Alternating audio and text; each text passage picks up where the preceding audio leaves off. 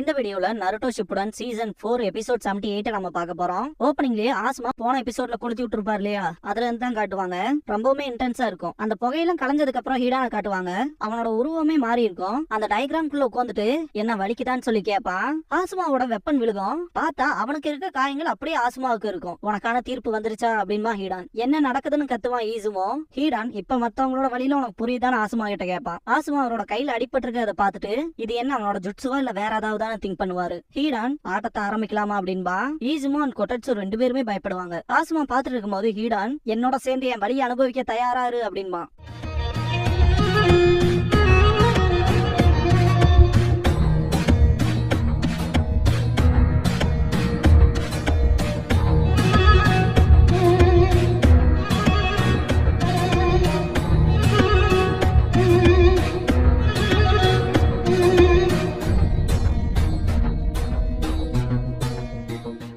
Opening song முடிஞ்சதுக்கு அப்புறமா த judgement அப்படிங்கிற இந்த எபிசோடோட டைட்டில போட்டு ஸ்டார்ட் பண்றாங்க.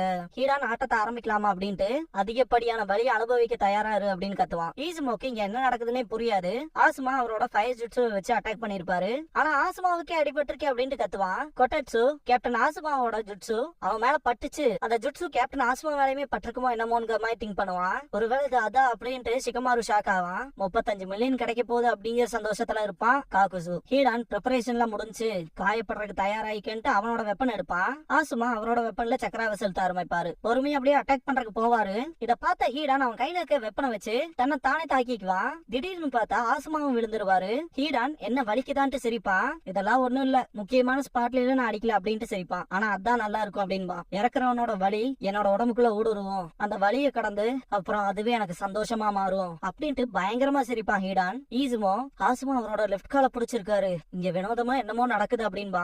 ஆப்படான் தன்னை தானே குத்திக்கிட்டு அதே இடம் அப்படின்பா கொட்டட்சு. ஈசுமோ இதுக்கு முன்னாடி நடந்த விஷயங்களை எல்லாம் திங்க் பண்ணி பார்த்துட்டு அதேதான் அப்படிங்கறதுக்குள்ள ஆசுமாவும் அந்த விஷயத்தை அனலைஸ் பண்ணிருப்பாரு. அவனோட உடம்பும் என்னோட உடம்பும் கனெக்ட் ஆயிருக்கு. ஏதோ ஒரு சாபத்து மூலமா என்ன டேமேஜ் ஆச்சுனாலும் ரெண்டு பேத்துக்குமே சேர்த்தி தான் வரும். அதுலயும் அவன் சாக மாட்டான் வேற அப்படின்பாரு ஆசுமா. அவன் அங்க புடுங்குற வெப்பனுக்கு இங்க ரியாக்ட் ஆகும். அடுத்து எங்க குத்துட்டோம், கைலியா காலியா இல்ல எங்க, உனக்கு எங்க வழி வேணும் அப்படின்ட்டு கடைசியா இந்த ஒரு விஷயத்தை இதோட முடிச்சிடலாமா, இங்க குத்துட்டா அப்படின்னு கேட்பான் ஹீடான். ஆசுமாக்கு மரண பயமே வந்துரும். ஈசுமோ ஷிகமாரு கிட்ட இப்ப பிசிக்கல் அட்டாக் எதுவுமே வேலைக்கு ஆகாது, நீ உன்னோட ஷேடோ ஸ்ட்ராங்கிள் ஜுட்ஸு யூஸ் பண்ண அப்படின்பாரு. ஷிகமாரு ஆல்ரெடி அதான் பண்ணிட்டு இருக்கேன் அப்படின்பா. இந்த ஒரு சீன்ல நமக்கே பக்கு பக்குன்னு இருக்கும். ஷேடோ ஸ்ட்ராங்கிள் ஜுட்ஸு ஒரு பக்கம் போயிட்டு இருக்கும். ஹீடான் பக்கத்துல வச்சுட்டு சாப்பிடா அப்படின்னு சொல்லிட்டு அவன் வெப்பனை வச்சு அவனே குத்திக்க வருவான். அதுக்கு நான் விட மாட்டேன்னு கத்துவான் ஷிகமாரு. ஆசுமாவோட கண்ணை பாருங்களேன், அவ்வளவு பயம் இருக்கும். டக்குன்னு பிளாக் அவுட் ஆகும். ஒரு சொட்டு ரத்தம் சிந்துற மாதிரி காட்டுவாங்க. ஹீடானா ஷிகமாரு ஸ்டாப் பண்ணிருப்பான். ஈசுமும் பாராட்டுவான் ஷிகமாருவ. இன்னும் எவ்வளவு நேரத்துக்கு தாக்கு பிடிக்குன்னு பாக்கலாம் அப்படின்மா ஹீடான். ஷிகமாரு ரொம்பவுமே கஷ்டப்படுவான். பேக்கப்க்கு ரிக்வெஸ்ட் கொடுத்து எத்தனை நிமிஷம் ஆச்சுன்னு சொல்லி கேட்பான் கொட்டட்சு ஈசுமோ கிட்ட. 10 நிமிஷம் ஆச்சு, வரக்கு எப்படியும் அட்லீஸ்ட் 20 நிமிஷத்துக்கு மேல எடுக்கும் அப்படின்னு ஈசுமோ சொல்லவும் செம கடுப்பாவான் கொட்டட்சு. மாட்டிக்கிட்டோம், இப்ப என்ன பண்றது, நம்ம இவனை கொன்னா கேப்டன் ஆசுமாவும் செத்துருவாரு அப்படின்பா. அதிக நேரம் வர ஜுட்சுவை உடைக்கிறதுக்கு யூஸ்வலா ஒருத்தர் இருக்கானா அவன் அவனோட ஆப்பனண்ட்டை கொல்லணும். ஆனா இந்த விஷயம் இங்க வேலைக்கு ஆகாது அப்படின்னு ஈசுமோ. எல்லா ஜுட்சுக்குமான ஒவ்வொரு ரூல்ஸ் இருக்கு, அதை தவிர்க்க முடியாது. இந்த ஜுட்சுக்குமான ரிஸ்க் இருக்கும். முதல்ல நான் கொஞ்சம் அமைதியாகணும், ஆப்பனண்ட் எப்படிப்பட்டவன்னு திங்க் பண்ணணும் அப்படின்பா ஷிகமாரு. ஷிகமாரு எப்படி என்ன காப்பாத்திட்டான் அப்படின்ட்டு தேங்க்ஸ் பண்ணுவார் ஆசுமா. இதான் சான்ஸ், இந்த ஜுட்சுல இருந்து எப்படி தப்பிக்காதுன்னு யோசிக்கணும் அப்படின்ட்டு திங்க் பண்ணுவார் ஆசுமா. ஹீடான் செம ஸ்ட்ரென்த் கொடுப்பான். ஷிகமாருவோட ஷேடோ ஸ்ட்ராங்கிள் ஜுட்சு மொத்தமா உடையிற அளவுக்கு வந்துடும். இந்த ஷேடோ ஸ்ட்ராங்கிள் ஜுட்சு அவ்வளவு நேரத்துக்குள்ள தாங்காது. அடுத்த மூவுக்கான விஷயத்த ஏதாவது யோசிச்சாகணும் அப்படின்னு திங்க் பண்ணுவார் ஆசுமா. விஷயம் எப்படியே எடுத்துட்டு போகுதுன்னா அவ்வளவு ஈஸியா வந்த பணத்தை விட முடியாது, நான் வேணா உனக்கு ஹெல்ப் பண்ணட்டுமான்னு காகுசு கேட்கவும் ஷிகமாருக்குலாம் அள்ளு விட்டுரும். இவன் ஒருத்தனையும் சமாளிக்க முடியல, அவனும் வந்தா என்ன ஆகுறதுங்கிற மாதிரி. ஹீடான் நான் தான் ஃபர்ஸ்டே சொன்னேன்ல உன் மூக்க நுழைக்காதேன்னு, இது என்னோட சண்டை உள்ள வராது அப்படின்றான். கொட்டட்சுக்குலாம் நல்ல வேலை அக்காட்சிக்கு சேர்ந்தா அவனும் வராம இருக்கானே சண்டைக்குள்ள அப்படின்னு தான் இருக்கும். என்னதான் இந்த சிச்சுவேஷன் இப்படியே இருந்தாலும் அடுத்து என்ன பண்ண போறோங்கிற கேள்வியில தானே இருக்கும் அப்படின்னு திங்க் பண்ணுவான் ஈசுமோ. எல்லாமே டைமை பொறுத்துதான் அப்படின்ட்டு ஷிகமாருவை பார்த்துட்டு இவன் தானா அப்படின்னு திங்க் பண்ணுவான் காகுசு. ஷிகமாரு பழச நினைச்சு பார்க்கணும் அப்படின்ட்டு நான் கனவுல கூட எதிர்பார்க்காத அளவுக்கான ஒரு எதிரிக்கு எதிரா நிக்கிறேன், கண்டிப்பா என்னால முடியுங்கிற மாதிரி இருப்பான். இதுக்கப்புறமா பாஸ்ட்ல காட்டுவாங்க. ஒரோச்சிமாரோட டாக்குமெண்ட்ஸ் எல்லாம் எடுத்து பாத்துட்டு இருப்பான். அக்காட்சிக்குல மொத்தம் 10 பேர் இருக்காங்க. இப்போதைக்கு ஒரோச்சிமாரு அங்க இருந்து விலகிட்டான். சாசோரி ஆஃப் த ரெட் சன் செத்துட்டான். மிச்சம் 3 பேரோட இன்ஃபர்மேஷன் இருக்கு. அப்புறம் அது அப்படின்ட்டு கீசமேவை பாப்பான். காய் சென்சே கூடவே அவ்வளவு ஈஸியா சண்டை போட்டான். வாட்டர் ஸ்டைல் யூசர் தானே இவன் அப்படின்ட்டு அடுத்து சாஸ்கேயோட அண்ணன் சரிங்கன்னு இருக்கு இட்டாச்சி உச்சிகா. கக்காஷியவே ஒரு வாரத்துக்கு படுக்கையில ஓட்டான்ல அப்படின்ட்டு அடுத்து டெய்டரா நருட்டோ கூட சண்டை போட்டவன். வெடிக்கிற களிமண்ணுகளை யூஸ் பண்ணவன். மொத்தமா இவனே வெடிச்சு சதறிட்டான். ஆனா அது உண்மையா என்னன்னு தெரியல அப்படின்ட்டு புக்கு க்ளோஸ் பண்ணுவான் ஷிகமாரு. மெயினா ஷிகமாரு திங்க் பண்ற விஷயம் என்னன்னா, அக்காட்சுகில இருக்க மிச்ச 5 பேர்த்தோட முகமே தெரியாது. அவங்கள சாதாரணமா இடப்படவும் முடியாது. அவங்களோட நிஞ்சுட்சுலாம் எந்த லெவல்ல இருக்குங்கிறதே நமக்கு தெரியாது. உண்மையை சொல்லணும்னா அந்த 5 பேருமே யாருன்னே தெரியாதவங்க. அவங்க கிட்ட ஸ்பெஷல் எபிலிட்டிஸ் இருக்குங்கிறதுல டவுட்டே இல்ல. எங்களோட கற்பனைக்கு அப்பாற்பட்டவங்களா இருப்பாங்க அப்படின்ட்டு நெளிவான். என்னடா ரொம்ப மோசமானவங்களோட எல்லாம் சண்டை போட வேண்டியது வரும் போலயே அப்படின்ட்டு. இதுக்கான ஸ்ட்ராட்டஜில எப்படி கொண்டு வரப்போறோமோ.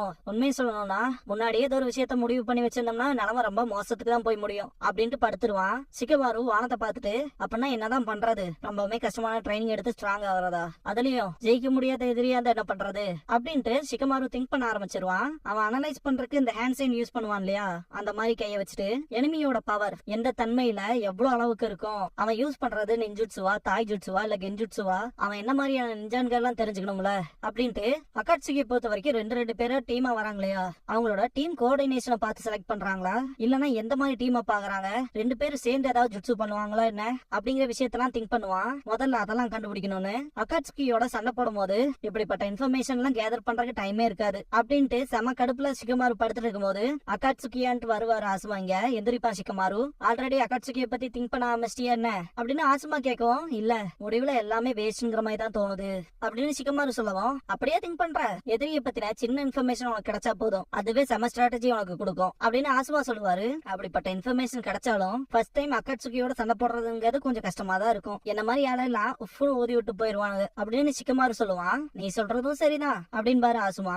அவங்களுக்கு டயர்டே ஆகாதே, சொல்றதுக்கு வருத்தமா தான் இருக்கு அப்படின்னு ஷிகமாரு. இதெல்லாம் நீ அவங்களோட தனிப்பட்ட முறையில சண்டை போடும் போது தான் அப்படிலாம் இருக்கும். நீ நம்ம லீஃப் வில்லேஜ்லயே செமைய ஸ்ட்ராட்டஜி கிரியேட் பண்றவன், உனக்குதான் நல்லாவே தெரியுமே அப்படின்ட்டு. உன்னால தனி அக்காட்சுகி மெம்பர்ஸ சமாளிக்க முடியலனா உன்னோட காம்ரேட்ஸ் நம்பு, டீம் ஒர்க் தான் ரொம்ப முக்கியம். அந்த ஒரு விஷயம் இல்லைனாலே உன்னோட கடமையை நீ சரியா செய்யலன்னு தான் அர்த்தம் அப்படின்ட்டு. சில சமயங்கள்ல உன்னால சில விஷயங்களை தனியா செய்ய முடியாது, உன்னோட காம்ரேட்ஸும் உனக்கு தேவைதான். உன்னோட ஸ்ட்ரென்த்தும் காம்ரேட்ஸோட ஸ்ட்ரென்த்தும் ஒன்னா இருக்கணும் அப்படின்னு பாரு ஆசுமா. இந்த விஷயத்தெல்லாம் முடிக்க இது மட்டுமே போதாது அப்படின்னு ஷிகமாரு திரும்பவும் புலம்ப. அப்படின்னா ஏதோ ஒண்ணு பண்ண அப்படின்ட்டு அந்த அக்காட்சுகி மெம்பர்ஸோட இன்ஃபர்மேஷன் வச்சிருப்பான் அந்த புக்கு தூக்கி போட்டு, நீ யோசிக்கிறதுக்குள்ளே உன் காம்ரேட்ஸ் எல்லாம் செத்துருவாங்கட்டு போயிருப்பாரு. அதை திங்க் பண்ணி பார்த்துட்டு ஷிகமாரு, ஆசுமா எனக்கு தேவையான விஷயங்களை சொல்லியிருக்காரு, அதை பத்தி இப்ப திங்க் பண்ணா மட்டும் போதும் அப்படின்ட்டு ஷோகி விளையாட்டோட கம்பேர் பண்ணி பாப்பான். அவனோட கருத்துக்கள், ஆளுமை, அவன் பேசுற விதம், அவன் போட்டிருக்க துணி, அவனோட ஆயுதம், அவனோட அசைவு எல்லாத்தையுமே புரிஞ்சுக்கணும். அவன் பண்ற ஒவ்வொரு விஷயத்துக்கான அர்த்தமும் அதுக்கப்புறமா அவன் செய்யற விஷயத்துக்கான சம்பந்தமும் அவனோட எபிலிட்டிஸ பத்தி ஒரு கருத்துக்களை உருவாக்குது. இந்த எல்லா ஃபேக்டர்ஸ்ல இருந்தும் வருது. இது எல்லாத்தையுமே ஆராய்ஞ்சு அனலைஸ் பண்றதுலதான் இருக்கு அப்படின்னு திங்க் பண்ணுவா ஷிகமாரு. கடவுள் உனக்கான தண்டனை கொடுப்பாரு அப்படின்னு இருப்பான் இல்லையா ஹீடான், கடவுளோட ஜட்மெண்ட்னு. அதை திங்க் பண்ணி பார்த்துட்டு அதுக்கப்புறமா நீ என்னோட சாபத்துலதான் இருக்க, சடங்கு ஆரம்பிக்கலாமான்னு சொல்லி எல்லாம் கேட்டிருப்பான் இல்லையா, சாபம் சடங்கு அப்படின்னு ஷிகமாரு திங்க் பண்ணிட்டு ப்ரிப்பரேஷன்ஸ் எல்லாம் முடிஞ்சிருச்சு அப்படின்பா இல்லையா ஹீடான். அதையும் திங்க் பண்ணி பார்த்துட்டு ப்ரிப்பரேஷனா அப்படின்ட்டு ஷிகமாரு அந்த விஷயங்களையும் திங்க் பண்ணி பார்த்துட்டு இந்த கொட்டட்சு ஈசுமோ அட்டாக் பண்ணது, அவனோட சொந்த ரத்தத்திலேயே அந்த ஒரு டயக்ராம வரைஞ்சது, நார்மலா சண்டை போட்டுட்டு இருந்தப்போ ஆசுமாவோட பிளட்ட நக்குனதுக்கு அப்புறமாவும் அவனோட உடம்புல இருக்க எல்லா தோற்றமுமே மாறிடுச்சு. அவர் வச்ச அட்டாக்ல இருந்து கூட விலகாம அந்த டயக்ராம்குள்ள போய் நின்றுப்பான் ஹீடான். இந்த விஷயத்தெல்லாம் திங்க் பண்ணி பாப்பான் ஷிகமாரு. பயங்கர ஷாக் ஆவான். பார்த்தாலே தெரியுது ஷிகமாரு நல்ல ஒரு ஐடியாவோட வந்துட்டான் போல அப்படின்னு திங்க் பண்ணுவாரு ஆசுமா. ஏதாவது கண்டுபிடிச்சு என்னன்னு சொல்லி ஈசுமோ கொட்டட்சும் கேட்பாங்க. ஆமான்பா ஷிகமாரு. கொட்டட்சுக்குலாம் பயங்கர ஷாக்கிங்கா இருக்கும். ஏன்னா ஹீடான அவனோட ஜுட்சு மூலமா தடுத்து வச்சு மெயின்டைன் பண்ணிட்டு இருக்கான். அந்த டைம்லயே இவ்வளவு விஷயத்த அனலைஸ் பண்ணிட்டானா என்னன்னு சொல்லிட்டு ஆசுமா அவரோட மனசுக்குள்ள ஷிகமாரு அனலைஸ் பண்றதுல லைட்னிங் வேகத்துல இருப்பான். 10 அடி போயிட்டான்னு பாக்குறதுக்குள்ள 200 வழிகளை யோசிச்சு வச்சிருப்பான். அடுத்த மூவ் என்ன பண்ணலான்னு. எல்லாத்துக்கும் மேல அவன் யோசிச்ச விஷயத்துல இருந்து எந்த ஸ்ட்ராட்டஜி கரெக்டா இருக்குங்கிறத அவன் உள்ளுணர்வு தேர்ந்தெடுத்தா மட்டும் போதும் அப்படின்னு திங்க் பண்ணுவாரு. கேப்டன் ஆசுமாவை கூப்பிட்டு இந்த ஒரு விஷயத்த நான் பாத்துக்கிறேன் அப்படின்பா. அவனோட லெஃப்ட் லெக்க மூவ் பண்ணவும் ஹீடானும் மூவ் ஆவான். காக்குசு இந்த ஒரு விஷயத்த பாத்துட்டு இந்த ஷேடோ ஜுட்சுவை கேட்ச் பண்றவனோட மிரர் இமேஜ் மாதிரி தான் அந்த ஜுட்சுல மாட்டவனும் இவன் பண்ற அதே மூவ்மெண்ட்ஸ் பண்ணுவானா என்னன்னு பாப்பான். கொஞ்சம் கொஞ்சமா ஹீடானா அந்த டயக்ராம்ல இருந்து வெளியே வர வைக்கிறதுக்கு ட்ரை பண்ணுவான் ஷிகமாரு. ஹீடானுக்குள்ள அள்ளு விட்டுரும். எப்படா என்னோட ஜுட்சுக்கான ட்ரூ நேச்சரை கண்டுபிடிச்சான் அப்படிங்கிற மாதிரி செம கடுப்பாவான் ஹீடான். ஈசுமோ என்னடா பண்றேன்னு சொல்லி கேட்கவும் அந்த பரதேசி நாய அந்த வினோதமான பேட்டர்ன் இருக்க அந்த கிரவுண்ட்ல இருந்து அவனை வெளியே வெளியே வர வைக்க ட்ரை பண்றேன், இதை மட்டும் நான் பண்ணிட்டேனா அந்த சாபமோ இல்ல ஜுட்சுவோ மொத்தமா உடஞ்சிரும் அப்படின்னு சிக்கமாரு சொல்லவும் எப்படின்னு சொல்லி கேட்பான் ஈசுமோ. அவனோட வெப்பன் மொத்தம் 3 பிளேட்ஸ் இருக்கு, அதோட ஷேப்பை பார்த்தாலே தெரியுது, வெறும் ஒரே ஒரு வெறித்தனமா அடி வைக்கிறதுக்குன்னு இது இல்ல, டிசைன் பண்ணப்படல. அதுன்னு மட்டும் இல்லாம அவனோட அட்டாக் ரேஞ்சுங்கிறதையும் அதிகப்படுத்துது. அவனோட வெப்பன் மொத்தத்துக்குமே டிசைன் பண்ணப்பட்டது எப்படின்னா அதிகப்படியான தூரத்துல நின்னு ஆப்பனண்ட காலி பண்றதுக்குனே தான். இன்னொரு வகையில சொல்லணும்னா அவனோட டாக்டிக்கே அவனோட எதிரியை காயப்படுத்தணும், அப்புறம் அந்த ஒரு மோசமான ஜுட்சுவை பண்றதுக்கான டைம் வேணும் அப்படின்னு சிக்கமாரு சொல்லிட்டு இருக்கும் போது ஈசுமோ அந்த சாபமா அப்படின்ட்டு ஹீடானுக்கும் ஆசுமாக்குமான அந்த கனெக்ஷன் வந்து ஏற்பட்டிருக்கு இல்லையா. இப்ப ஹீடானுக்கு அடிபட்டா அதே அடி பாத்தீங்கன்னா ஆசுமாக்கும் இருக்குது இல்லையா. அது எதனால அப்படின்னு சொல்லி கேட்பான். அது அந்த ரத்தத்தினால ஆப்பனண்டோட உடம்ப இவன் உடம்போட லிங்க் பண்றதுக்காக ஆப்பனண்ட காயப்படுத்தி அவனோட ரத்தத்தை அவன் சொந்த உடம்புக்குள்ள அவன் செலுத்துறான் அப்படிங்கிற விஷயத்த சிக்கமாரு சொல்லவும் ஈசுமோ அந்த ஒரு விஷயத்த திங்க் பண்ணி பார்ப்பான். ஆசுமாவோட கண்ணத்துல லைட்டா தான் வெட்டி இருக்கும், ஆசுமாவோட ரத்தம் அவனோட வெப்பன்ல இருந்திருக்கும், ஹீடான் அதை நக்கி இருப்பான். அந்த விஷயத்தெல்லாம் ஈசுமோ திங்க் பண்ணி பார்த்துட்டு ஆமா அதை நானும் தான் பார்த்தேன் அப்படின்பான். ஈசுமோ இவனுக்கு எதிரியோட ஒரு துளி ரத்தம் கிடைச்சா கூட போதும் போல இருக்கு, அவனோட எதிரிய மொத்தமா சாபத்துக்கு ஆளாக்குறான் அப்படின்பா ஈசுமோ. அதேதான் அப்படின்னு திங்க் பண்ணுவாரு ஆசுமா. அவன் அந்த ரத்தத்தை நக்குனதுக்கு அப்புறமா அவனோட உடம்பு கலர் மொத்தமா மாறிடுச்சு, அந்த ஒரு விஷயத்தை ஈஸியாவே நம்மளால கண்டுபிடிக்க முடியும் அப்படின்னு சிக்கமாரு. கண்டிப்பா வேற எந்த ஷினோபினாலையும் இப்படிப்பட்ட விஷயத்தை இவ்வளவு கம்மியான செகண்ட்ஸ்குள்ள அனலைஸ் பண்ண முடியுமான்னு கேட்டா கண்டிப்பா முடியாது. ஆனா சிக்கமாரு சொல்ற இந்த ஒரு விஷயம் தான் எனக்கு வேடிக்கையா இருக்கு. இதுக்கப்புறமா சிக்கமாரு அதை விட முக்கியம் என்னன்னா அந்த ஒரு சாபத்தை அவன் குடுக்கறதுக்கு மொத்தமா முழுமையடைய இன்னொரு விஷயமும் இருக்கு அப்படின்பா. அது என்னன்னு கேட்பானுங்க. காக்குசுக்குலாம் அள்ளு விட்டுரும், இந்த பொடியனுக்குள்ள என்னடா இவ்வளவு விஷயம் இருக்கு அப்படின்னு திங்க் பண்ணுவான். அந்த பைத்தியக்காரன் ஆசுமாவோட 5 ஸ்டைல் ஜுட்சுல இருந்து தப்பிக்கவே இல்ல. முதல் வேலையா அந்த மார்க்குள்ள போனவங்கல குறியாதான், அதுக்குள்ள போனதுக்கு அப்புறமா தான் சடங்கு ஆரம்பிக்கலாமான்னு சொல்லி கேட்டான். அதை விட முக்கியமா ப்ரிப்பரேஷன் முடிஞ்சிருச்சு அப்படின்னு சொன்னா அப்படிங்கிற விஷயம் வரைக்கும் சிக்கமாரு அனலைஸ் பண்ணிருப்பான். இப்படிப்பட்ட விஷயத்த பார்த்தாலே தெரியுதுல, அந்த பேட்டர்னுக்கு உள்ள போனாதான் இந்த ஒரு சாபங்கிறது கம்ப்ளீட்டா இருக்கும் அப்படின்ட்டு சிக்கமாரு அந்த டயக்ராம்ல இருந்து அவனை வெளியே வர வைக்கிறதுக்கு ட்ரை பண்ணிக்கிட்டே இருப்பான். ஹீடான்ல செம காண்டாவான். என்ன சொல்லி தப்பு இல்ல, நீ தான் அதிகப்படியா வளரிட்ட அப்படின்பா சிக்கமாரு. கொட்டட்சு சிக்கமாருவை பிரில்லியன்ட்னு பாராட்டுவான் மனசுக்குள்ள. பொடி பயலே கண்டிப்பா நான் அப்புறம் துடிக்க துடிக்க கொல்லுவண்டா அப்படின்னு சொல்லிட்டு பயங்கரமா கத்துவான் ஹீடான். அப்புறம்ங்கிறதுக்கான பாத்துக்கே இங்க இடம் இல்ல அப்படின்பா சிக்கமாரு. அவன் வெளியே வந்துட்டான் அப்படின்னு கத்துவான் சிக்கமாரு. அப்பனா அந்த சாபம் உடஞ்சிருக்கும் இல்லையா அப்படின்ட்டு ஆசுமா அவரோட சுருக்கின வச்சு அடிப்பாரு. ஹீடானோட காது வெட்டுப்பட்டுரும். அந்த ஒரு விஷயம் ஆசுமாக்கு ரிஃப்ளெக்ட் ஆகாது. அதேதான் அப்படின்ட்டு சிக்கமாரு வெறித்தனமா அட்டாக் பண்ண ஆரம்பிச்சிருவான். ஷேடோ ஷேவிங் ஜுட்சுவை வச்சு நகர முடியாம திணறுவான் ஹீடான். நான் என் லிமிட்டுக்கு வந்துட்டேன், அவனை இன்னுமே என்னால புடிச்சு வைக்க முடியுங்கிற நம்பிக்கை எனக்கு இல்ல அப்படின்னு சிக்கமாரு. ஆசுமா சிக்கமாரு அப்ரிஷியேட் பண்ணிட்டு இருந்திருப்பாரு. கொஞ்சம் கொஞ்சமா ஹீடான் பக்கத்துல போயிட்டு அவரோட வெப்பன்ல சக்கராவை செலுத்துவாரு. ஹீடானுக்குள்ள அள்ளு விட்டுரும். காக்குசு கிட்ட ஹெல்ப் கேட்க ஆரம்பிச்சிருவான். அட்டாக் நடந்திருக்கும், நான் தான் கேர்ஃபுல்லா இருன்னு சொன்னேனே அப்படின்பா காக்குசு. ஹீடான் கழுத்துல போட்டிருக்க செயின் பறக்கும்.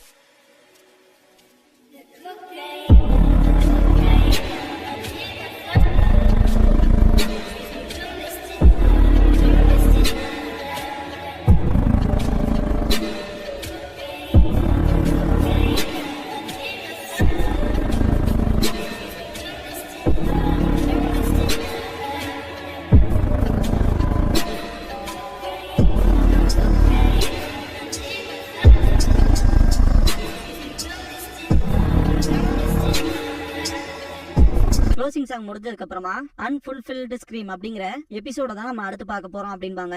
இதுக்கப்புறமா கோனஹால காட்டுவாங்க. ஆசுமாவும் குரணாயும் பேசிட்டு இருப்பாங்க. ரீசெண்ட் டைம்ஸ்ல குரணாயை காட்டும் போதெல்லாம் அவங்க கார்டனிங் பண்ற மாதிரி காமிச்சிருப்பாங்க.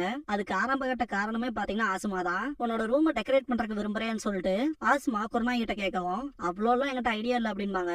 ஆசுமா ஈனோ கிட்ட இருந்து பாப்பி சீட்ஸ் வாங்கிட்டு வந்திருப்பாரு. அதை குரணா கிட்ட கொடுக்கவும் இதையெல்லாம் நான் கொலை பண்ண விரும்பல அப்படின்பாங்க. இவங்களால பெருசா கேர் பண்ணி பாத்துக்க முடியாட்டி செடி வாடி போயிரும் இல்லையா, அததான் சொல்றாங்க. பாப்பி சீட்ஸை பொறுத்த வரைக்கும் பெருசா ஒன்னும் பாத்துக்கணும் அவசியம் இல்ல அப்படின்பாரு ஆசுமா. சரின்னு சொல்லிட்டு வாங்கியிருப்பாங்க. அதுக்கப்புறமா அந்த விதைகளை பத்தி புக்ஸ் எல்லாம் சர்ச் பண்ணிட்டு அந்த விதை வந்து பூவா மாறினதுக்கு அப்புறம் எப்படி இருக்குங்கிறத அவங்க கண்ணுல காட்டுவாங்க. இது நல்லா இருக்கும் போலயே அப்படின்ட்டு தான் அந்த கார்டனிங் பண்ண ஆரம்பிச்சிருப்பாங்க. இதோட இந்த எபிசோட் முடியுது.